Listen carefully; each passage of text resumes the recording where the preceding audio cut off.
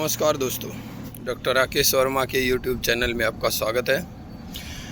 साथियों, जैसा कि आप जानते हैं, एक्सटेंशन लेक्चरर ने 31 जुलाई को एक महा आंदोलन किया है और उस आंदोलन के चलते हमारी जो वहाँ पे उपस्थिति है बहुत ही शानदार उपस्थिति रही, गरिमामयी उपस्थिति रही। शांति से आंदोलन किया गया और स्पेशल नारी शक्ति, जिसको आदि शक्ति भी कह सकते हैं, जिसको मातृशक्ति भी कह सकते हैं, उनका योगदान हमारे लिए बहुत ही अधिक रहा।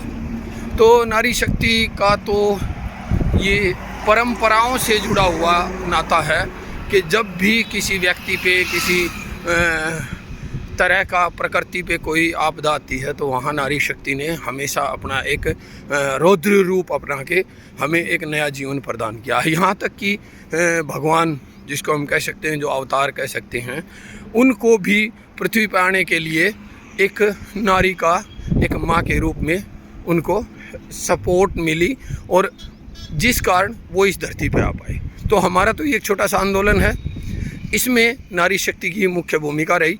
तो मैं उस नारी शक्ति को दिल से नमन करता हूँ, प्रणाम करता हूँ। अभी कुछ साथियों का जैसे आंदोलन के बाद थोड़ा जल्दी चले गए थे। नारी शक्ति हमारी, मैक्सिमम नारी शक्ति हमारी 10 बजे तक वहाँ पे रही, लेकिन हमारे पास हमारे कुछ एक्टिव मेंबर्स को बसों में बिठा के ले जाया गया, हमारे कुछ साथियों को ले जाया गया और सीएम हाउस से भी हमारे पास मैसेज आया था, लेकिन हमने उस मैसेज के ऊपर विश्वास नहीं किया कि भाई सीएम साहब आपसे मिलना चाहते हैं 31 तारीख की रात को ही। लेकिन हमने वहाँ पे ये सोचा कि हमारे कुछ बचे हुए साथी हैं, इनको भी ये बसों में बैठा के इधर उधर छोड़ देंगे, तो गर्मी का मौसम था, कोई बीमार ना हो जाए। इसलिए हमें लगभग 3 घंटे हमारे जो साथी इधर उधर छोड़ दिए गए थे उनको एकत्रित करने में लग गए। अब रात को लगभग 20 से 25 साथी हमारे वहाँ रुके पंचकुला की धरती पे। सुबह जैसे ही हम धरना स्थल पे पहुँचे 9-10 बजे के आसपास, उसी समय एक डेलीगेशन के लिए हमारे पास एक निमंत्रण फिर आया सीएम हाउस से कि मुख्यमंत्री जी आपसे और लोगों से मिलना चाहते हैं, और कल रात को भी उन्होंने इंतज़ार किया था। तो अब इस चीज़ को लेके हमारे 6 साथी, हमारे प्रधान ईश्वर, हमारी जो दूसरी मेंबर्स हैं एक्टिव मेंबर्स, सरोज, रेखा और राधा, सीता, सुजीत, सॉरी राधा नहीं थी, सुजीत भाई साहब वो थे। ये 6 मेंबर्स हमारे वहाँ मिले और उनके पीए से बात हुई, क्योंकि उन्होंने जस्ट बताया कि हम वहाँ पहुँचने में लगभग थोड़ा सा देर हो गई, 5 मिनट की देरी हमसे। जो पहले एसोसिएशन आई हुई थी, कुछ एसोसिएशन 10 से 15 एसोसिएशन, उनसे सीएम साहब से वो रूबरू हुए और हमारे साथी, जैसे हमारा डेलीगेशन थोड़ा सा दूर था, सूचना हमारे पास थोड़ी सी देरी से पहुंची और सीएम साहब वहाँ से 2 मिनट पहले निकल गए। लेकिन वो आश्वस्त करके गए थे पीए को कि इनकी सभी समस्याओं को जो है ना सुना जाएगा। पीए के साथ हमारे जो 6 डेलीगेशन गए थे, बहुत ही शानदार और सकारात्मक बातचीत हुई और उन्होंने बताया कि मैं कल रात से आप लोगों का इंतज़ार कर रहा था और आप लोग नहीं आए। चलो अभी आप आगे, आपकी बातों के ऊपर पूरा ध्यान दिया जाएगा और आपका एजेंडा हमने पहले से डाल रखा है कि आप लोगों के लिए कुछ किया जाएगा। और उन्होंने फिर स्पष्ट कर दिया कि भाई आप लोग 2013 से सरकार के द्वारा या डीएचई के द्वारा जो आपको लेटर डाले गए हैं, जो आपकी सैलरी को बढ़ाने के लिए कोई पॉलिसी बनी है, उसके लिए जो भी आपको प्रपत्र मिले हैं, उन प्रपत्र की कॉपी अगर आप हमें उपलब्ध करवा सकें तो हम इस कार्य को और अधिक सुचारू रूप से और बहुत ही जल्दी इसको हम कर सकते हैं। 3 मेंबर्स उन्होंने आईएएस को इसके अंदर लिया है, एक सीनियर आईएएस हमारे खुल्लर साहब को इसमें लिया है, जो कि हमारे लिए बहुत अधिक पॉजिटिव रहते हैं। तो वहाँ बैठ के काफ़ी लंबा हमारा जो है ना साथियों की डिस्कशन हुई और 1 तारीख को जैसे शाम तक 6:30 बजे तक हमारा डेलीगेशन वापस आया तो हमारे ईश्वर प्रधान ने महिलाओं के लिए एक स्पष्ट और तन, मन और धन से नमन करते हुए उनका आभार व्यक्त किया और ईश्वर जी ने कहा कि नारी शक्ति का ये रौद्र रूप उन्होंने अपने इस आंदोलन जीवन के दौरान फर्स्ट टाइम उन्होंने देखा है। तो उन्होंने कहा कि उनके लिए मैं एक स्पष्ट और क्लियर और हार्दिक रूप से उनको नमस्कार करूं, नारी शक्ति को। और नारी शक्ति को इसलिए हम बार बार नमन करते हैं। तो साथियों, अभी उन्होंने कहा कि 2 तारीख को सुबह 10 बजे 11 बजे तक आप हमें अपना एक वो सारे जो जितने पत्र आप लोगों के पास है, जो सूचनाएं आपके पास हैं, वो हमें प्रोवाइड करवाएं। तो आज हमारे जो 2 से 3 साथी हैं, वो हमारे ईश्वर प्रधान हैं, हमारी सरोज जी हैं। तो उन्होंने एक बहुत ही अच्छी प्रेजेंटेशन के साथ वहाँ पे सारी सूचनाएं, सारे प्रपत्र जो हैं जमा करवा दिए गए हैं। अभी इसमें वीडियो में मैं थोड़ा सा और जोड़ना चाहूँगा कि आज जो है दोपहर बाद कुछ HPSC की वैकेंसी आई हैं।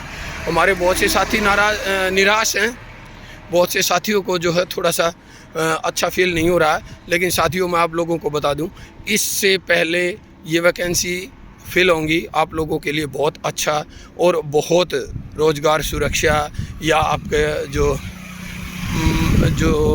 आजीविका का जो साधन है वो बहुत अच्छा रहेगा। इसलिए आप लोगों को इस चीज़ के लिए घबराने की ज़रूरत नहीं है। हाँ, कुछ साथी मैं देख रहा हूँ कि जैसे वैकेंसी आई उस पर बहुत अच्छा कमेंट कर रहे हैं, हाँ बहुत अच्छा हुआ, ये हुआ वो हुआ।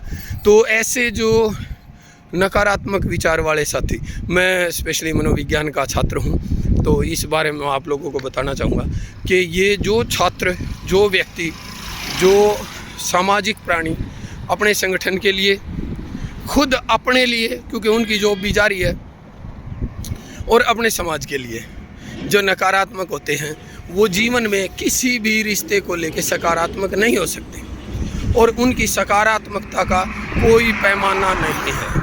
अगर हम अपनी हरियाणवी और देसी भाषा में कहें तो ऐसे व्यक्तियों को अगर हम अमृत कलश पेश कर दें तो वो व्यक्ति उस अमृत कलश में से भी विष ढूंढ सकते हैं। ठीक है, हमारी कुछ बहनों ने भी कमेंट किए हैं, वो थोड़ी सी निराश हैं, लेकिन उनको निराश होने की ज़रूरत नहीं है, क्योंकि 10 साल से हम संघर्षरत हैं और 10 साल की हमारी तपस्या व्यर्थ नहीं जाएगी, ये मेरा आप लोगों से विश्वास है।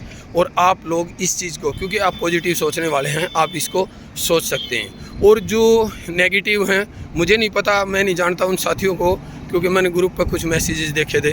ठीक है, हो सकता है कि उनकी कोई फ्रस्ट्रेशन रही हो, उनकी कोई कारण रहा हो, उन्होंने ऐसा लिख दिया हो। लेकिन थोड़ा सा साथियों से रिक्वेस्ट है कि अपने अंदर नेगेटिविटी ना आने दें, क्योंकि ये नेगेटिविटी केवल एक एसोसिएशन के लिए नहीं है, वो नेगेटिविटी आप लोगों के अपने जीवन में भी होगी। आपकी पत्नी के प्रति भी आप नेगेटिव रहेंगे, बच्चों के प्रति नेगेटिव रहेंगे, आप अपने माता पिता के प्रति नेगेटिव रहेंगे।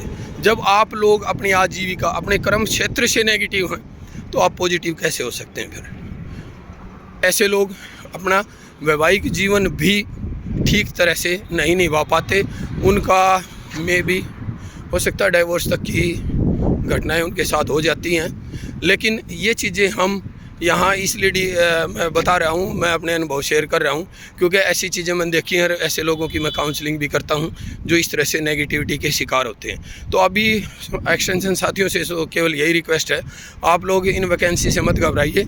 हाँ, तैयारी करते रहिए, फार्म भरिए, कंपटीशन में आने की कोशिश कीजिए। हो सकता है कि नए बच्चे हैं, हमें कंपटीशन में हो सकता है पछाड़ सकते हैं, लेकिन आप लोग इस चीज़ के लिए आश्वस्त रहिए कि आप लोगों की जो व्यवसाय के ऊपर किसी तरह की कोई आंच नहीं आएगी, क्योंकि हमारे साथी अपने कार्य को छोड़ के, अपनी ड्यूटीज़ को छोड़ के और चंडीगढ़ के अंदर घूम रहे हैं। 2 दिन तक हम साथ रहे हैं, लेकिन आज कुछ साथी हमारे तीसरे दिन भी वहाँ पे हैं। और एक और रिक्वेस्ट मैं आप लोगों से करना चाहूँगा कि साथियों, जो 200 रुपये का आह्वान किया जाता है, आप लोगों ने वहाँ जितने जो साथी वहाँ गए थे उन्होंने देखा कि वहाँ की जो व्यवस्थाएं, उनके लिए पैसा भी लगता है, वहाँ जो गाड़ियाँ चलती हैं उनके अंदर पेट्रोल भी डलता है। तो वो 200 रुपये आप सरोज जी के अकाउंट में जो है डालते रहिए और इस हवन के अंदर आहुति डालते रहिए। उस 200 रुपये का आप ये समझ के मत डालिए कि मैं किसी एक्सटेंशन एसोसिएशन को दे रहा हूँ, आप ये समझ के डालिए कि यहाँ एक हवन चल रहा है, एक भंडारा चल रहा है, एक यज्ञ चल रहा है, मैं उसमें वो आहुति डाल रहा हूँ। जय हिंद, जय भारत।